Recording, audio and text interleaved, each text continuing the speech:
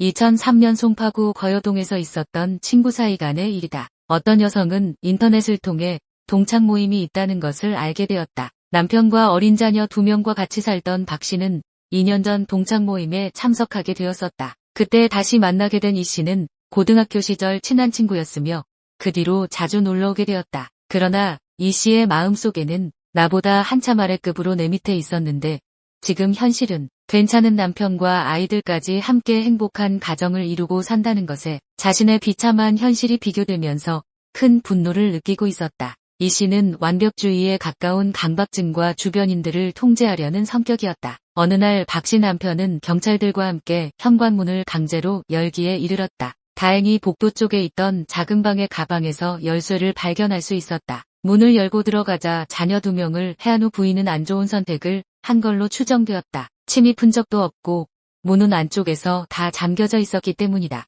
이 사건은 당시에는 수사 방법이 지금처럼 발달되지 않아서 이대로 사건이 종결될 뻔하였다. 그러나 이상한 점이 한두 가지가 아니었다. 그중 자녀를 해한 방법은 너무도 잔인해서 부모로서는 할 수 없는 방법인 것이다. 이후 범인은 이 씨로 밝혀졌다. 그녀는 6개월 동안 치밀하게 계획하고 준비물을 준비한 뒤 여러 번 시도하였으며 마침내 계획대로 실행된 것이었다. 그 과정 중에는 선물을 준다는 이유로 박 씨 눈을 가리게 한 뒤 10개월 딸을 안고 있게 해서 저항하지 못하게 하는 등 치밀하게 계획하였다. 검찰은 사형을 부형하였으나 재판부는 정신질환의 이유로 무기징역을 받고 청주여자교도소에서 복역 중이다. 그런데 실질적인 이유는 정신질환 환자나 질투의 분노에서가 아니었다. 이 씨는 박 씨 남편을 유혹해서 은밀한 관계를 즐기는 사이가 되었으며 재판 첨부 자료의 날짜별로 정확히 기재되어 있다. 아마도 이 씨의 계획에는 박 씨의 자리를 그대로 차지해서 이 씨 남편과 둘이서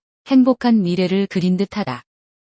25년 감옥 생활 중 무죄 선고, 김신의 간편 정리. 2000년 3월 7일 오전 전라남도 완도군의 한 버스 정류장에서 52세 상급 지체장애인 남성 김 씨가 사망한 채 발견되었다. 김 씨의 몸 안에는 알코올 성분과 수면유도제 성분이 검출되었다. 당시 사망한 남성의 친딸 23살 김신혜는 범인으로 지목되어 체포되었는데 이유는 김신혜가 아버지 명의로 상해 보험 8개를 가입한 사실, 자신의 여동생과 함께 지속적으로 성추행당해 왔었다는 사실, 고모부의 증언 중 김신혜가 자신에게 살인을 자백했었다는 사실, 사건 당시 그녀의 알리바이는 혼자만의 동선으로 확인이 되지 않으며 가족에게 자신의 위치를 거짓말로 알려주었다는 사실 등으로 그녀를 범인으로 지목하고 영장 없이 그녀 집을 수색하고 체포하기에 이르는데 이는 현재 그녀를 감옥에서 풀려나는 결정적인 계기가 되었다. 그녀가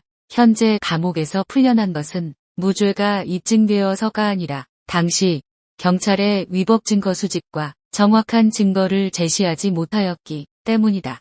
다시 말해 범인이 누구인지는 알 수 없다. 그녀의 말에 따르면 사건 당일 자신의 위치를 거짓말한 것은 아버지가 술에 취해 있다는 사실을 듣고 만나지 않기 위함이었고 보험은 이 중 3개는 해지된 것이고 보험 수령인은 새어머니로 되어 있다고 한다. 고모부에게 자백한 사실이 없으며 오히려 고모부가 와서 남동생이 일을 저지른 것 같으니 내가 했다고 하고 자주 성추행당해서 그런 거였다고 하면 남동생도 살고 너도 정상 참작으로 풀려날 수 있다고 했기 때문이었다고 한다. 성추행은 이복 동생이 당하긴 했으나 본인은 당한 사실이 없다. 그래서 남동생을 위해서 본인이 한 걸로 자백한 뒤 지속적인 성추행으로 하소연하여 마을 사람들에게 탄원서를 받아 제출하였으나 결과는 무기징역을 판결받고 감옥으로 가게 된 것이다. 이후 25년간 감옥 생활하면서 지금까지 무죄를 주장하며 싸워온 것이었고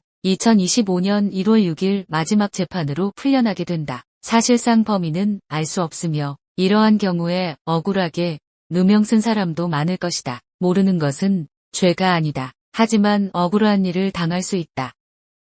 마포대교 투신 중 가방 훔쳐 도주. 2024년 8월 18일 저녁 11시 30분 한 남성이 마포대교 중간에 서서 화려하게 빛나는 도시의 불빛들을 바라보고 아래로는 어두워서 잘 보이지도 않는 강위를 바라보며 불안한 눈빛을 한 채 한참을 고민에 쌓여 있었다. 잠시 후 남성은 큰 다짐을 한 듯 난간 앞에 가방과 잠바를 고이 접어두고 난간을 넘어가기 시작하였다. 이를 본 시민 한 명은 경찰에 신고하여 즉시 경찰이 출동하였지만 이를 본 다른 시민은 바닥에 있던 가방을 훔쳐서 자전거를 타고 도주하기 시작하였다. 바로 구조대가 도착하여 그를 난간 안으로 안전하게 피신시켰으며 경찰은 절도범을 추격하기 시작하였다. 순찰차두대가 이를 발견하여 정차 명령을 하였으나 자전거는 매우 빠른 속력으로 차가 들어가지 못하는 골목길로 사라져버렸다. 골목길로 들어간 범인을 뛰어서는 절대 잡지 못할 것이다.